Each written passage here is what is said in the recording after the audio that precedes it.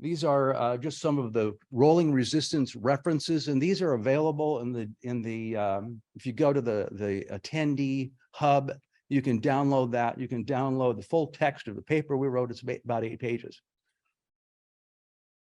It may not get published, so it's there if you want it. We needed to do 2 things to make a valid comparison. The one thing we needed to do is make sure that our 35 and 50 millimeter tires were inflated to the correct firmness, not just PSI. PSI, we just can't inflate this 35 to 65 PSI and this one to 65 PSI because of the diameter factor. You factor in the diameter, then a narrower tire requires higher inflation pressure to achieve a certain firmness. So a wide tire will achieve a firmness and maintain it over a wider range of inflation pressure. The other thing that we needed to do, because the 50 millimeter wide tire creates a larger diameter wheel, we needed to do a mathematical adjustment because we used a formula to calculate the force. It's kind of a physics 101 problem called the wheel over a curb formula. So where you've got the diameter of the wheel, you've got the height of the curb, you've got the height of the axle, etc., and you can calculate force. I like the balloon model to try to explain what casing tension is. This is a part of this is explained by Pascal's law, which states that the pressure inside of this chamber is the same, and everywhere in the chamber, the pressure is the same. Also, Laplace's law comes into play when it describes mathematically what casing tension is versus pounds per square inch or Pascal's inflation pressure. We used a 50 millimeter wide Schwalbe Kojak, which is bald, and a 35 millimeter of the same model tire. We wanted to try to make everything as equivalent as possible. Same model tire. This corresponds to a 25-inch on a wheelchair order form. It's on every K5 order form. It translates to a 559, just as a comparison. This wheel, which I saw on one of our vendors downstairs, is a 507. That's pretty unusual. But 559 is not unusual. It's on all. It's also known as a 26 in the bicycle world. Mountain bike wheel. These are the formulae we used. We actually did 3 different experiments here. The first one was towing an unoccupied chair over a 1x4 board with a fish scale. We call that the fish scale experiment. The equation on the left is the one that would apply to that because the force is applied right at the axle height. The second experiment we did was an occupied wheelchair and measured the push force through the hand rim. And in this case, we used the one on the right because the force vector is at the top, or where the hand rim is. So this begins our preliminary test, our towing test.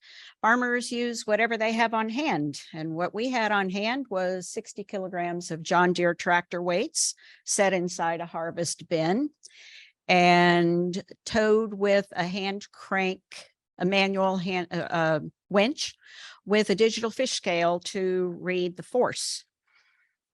And not to mention a couple of bird alarm batteries to weight down the 1x4. And even after the adjustment for the difference in the wheel diameter, the larger volume tire rolled over the 1x4 with significantly less force.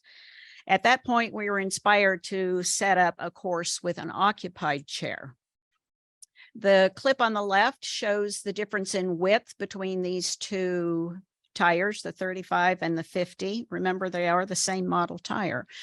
The clip on the right is the result of, well, as the smart wheel is not available to us for this study. So Michael built this electronic wheel. Some would say he MacGyvered this wheel. with strain gauges wired to a Bluetooth transmitter. And this is the circuit board on the B24 Bluetooth transmitter, which is made by Mantracourt UK. This circuit board is about 1 inch square.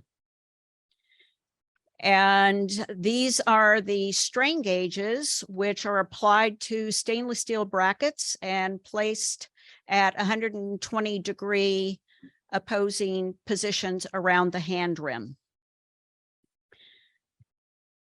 The app that came with the Bluetooth transmitter was sweet and simple to use, thankfully.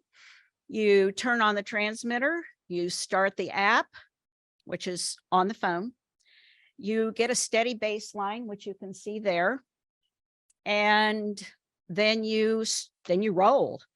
This is a screenshot of 8 clean push force events with a stable baseline. We ran 8-minute trials across the 2x4 as well, which is the one on the floor there, as well as the 1x4, which and that course is leaning up against a cabinet there. And you may say, well, wouldn't the 1x4 be enough? Why do a 2x4? That's kind of radical. This is a sidewalk that has heaved in our area. And I think Michael found it when he was riding his bicycle over it. And this is something that wheelchair riders could encounter in their daily lives. These are the results of the average push force. Each one of these bars represents 8-minute trial. The 50-millimeter tires outperformed in terms of push force, significantly less force to traverse 1x4 and the 2x4. This graph does not represent any correction for the difference in the diameter. So we had to calculate that in because the diameter of the wheel with a 50-millimeter tire on it was that much bigger at a mechanical advantage going over the 1x4 or the 2x4. So we made the adjustment, and the significant difference went away. We thought, uh-oh. So using this formula, this wheel over the curb formula, it's about as simple of a formula as you can get. It doesn't include a lot of factors which we weren't able to measure. But using that formula, it makes the difference go away for the most part. There's no longer a significant difference between the 50 and the 35-millimeter push force. The vertical axis, by the way, is expressed in millivolts per volt, and a reciprocal of it.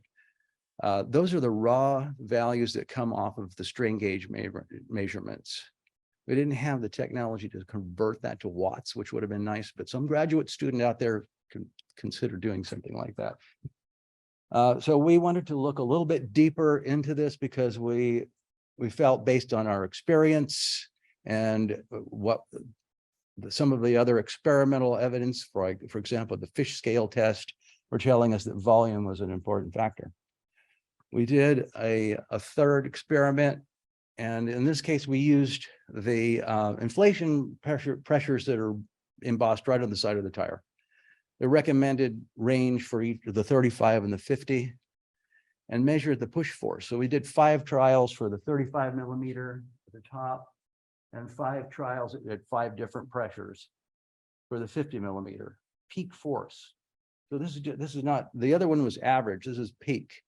And we were shocked to see just the linearity of these relationships of force. It really stood out. We thought, wow, we didn't expect that. But what was interesting to our hypothesis was that the slopes are different. And we treated this statistically and determined that the slopes are statistically different. The amplitude of this may have something to do with the diameter of the wheel, but the slope, the difference in slope, in other words, the 50-millimeter tire responds much more gradually to reduction in inflation pressure. So in real world conditions, back to that again, volume can really make a difference, and pushing suddenly gets easier when you put a set of 50-millimeter tires on your wheelchair.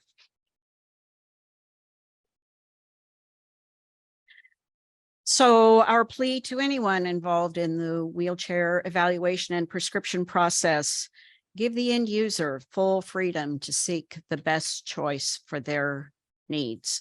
The old standard 24 by 1 3/8 wheelchair tire should be a thing of the past for full-time wheelchair riders. There are so many choices available. These are standard no charge choices for the 559s on, for example, a quickie order form, a tie-light order form. I'm sure Invacare, all the others have no charge 559s available. We chose just 2 tires to evaluate, but there are hundreds of options out there. And when you consider upcharges or upgrades on a wheelchair, this is one of the most cost-effective upgrades that you can make, and the benefits are real. We all know the devastating effects of repetitive use syndromes and shoulder injuries in full-time manual wheelchair riders. That's There's- 60 right there. Oh, no, I was just gonna, Just to give you an idea, but this is kind of what we have in mind, maybe not as extreme. But a lot of like gravel bikes, the 42 about that line, the first side for a wheelchair.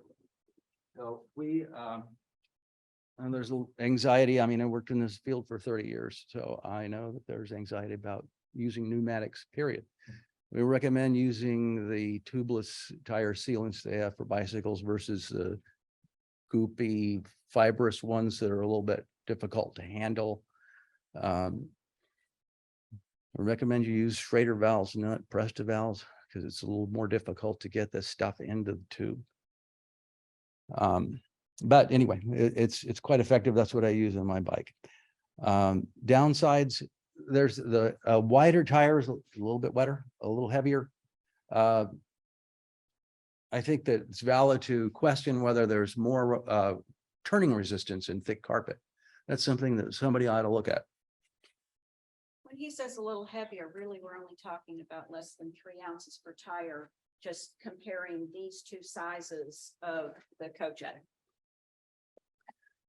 Increased exposure to vibration, better flotation, improved access over rough substrates, less rolling resistance over most surfaces. And that's a big deal because look around this conference, see how many wide tires you see. So the data is there, and thank you, bicycle industry, for pointing this out. It's a bicycle industry wide movement toward wider tires, easier management, inflation pressure. Anybody who's had 6-inch pneumatic casters on a wheelchair knows how you pretty much pump every day. You get larger volume tires. There's a lot more compliance and having functional inflation pressure. Less fatigue. Conclusions. I think if we have any time for some time for questions. Yes. So Pittsburgh's the home of wheelchair standards. Have you considered bundling some of the learning that you've done from this work into something that could evolve into an international standard relating to overcoming curbs, for example, in relationship with things like tire size and also rolling resistance? If I can find somebody to reach out to, I would love to share. I could perhaps help. Yeah. Yeah. Actually, I tried to pass this project on to someone. Any graduate students out there? But I felt this had to be done. I mean, it's just passion. We'll be hanging around down the floor. There. There are questions if you want, any other resources we might be able to help with. You might stop by the MDL booth down there. That's where I snagged this wheel this morning. Kind enough to loan it to us. Thank you.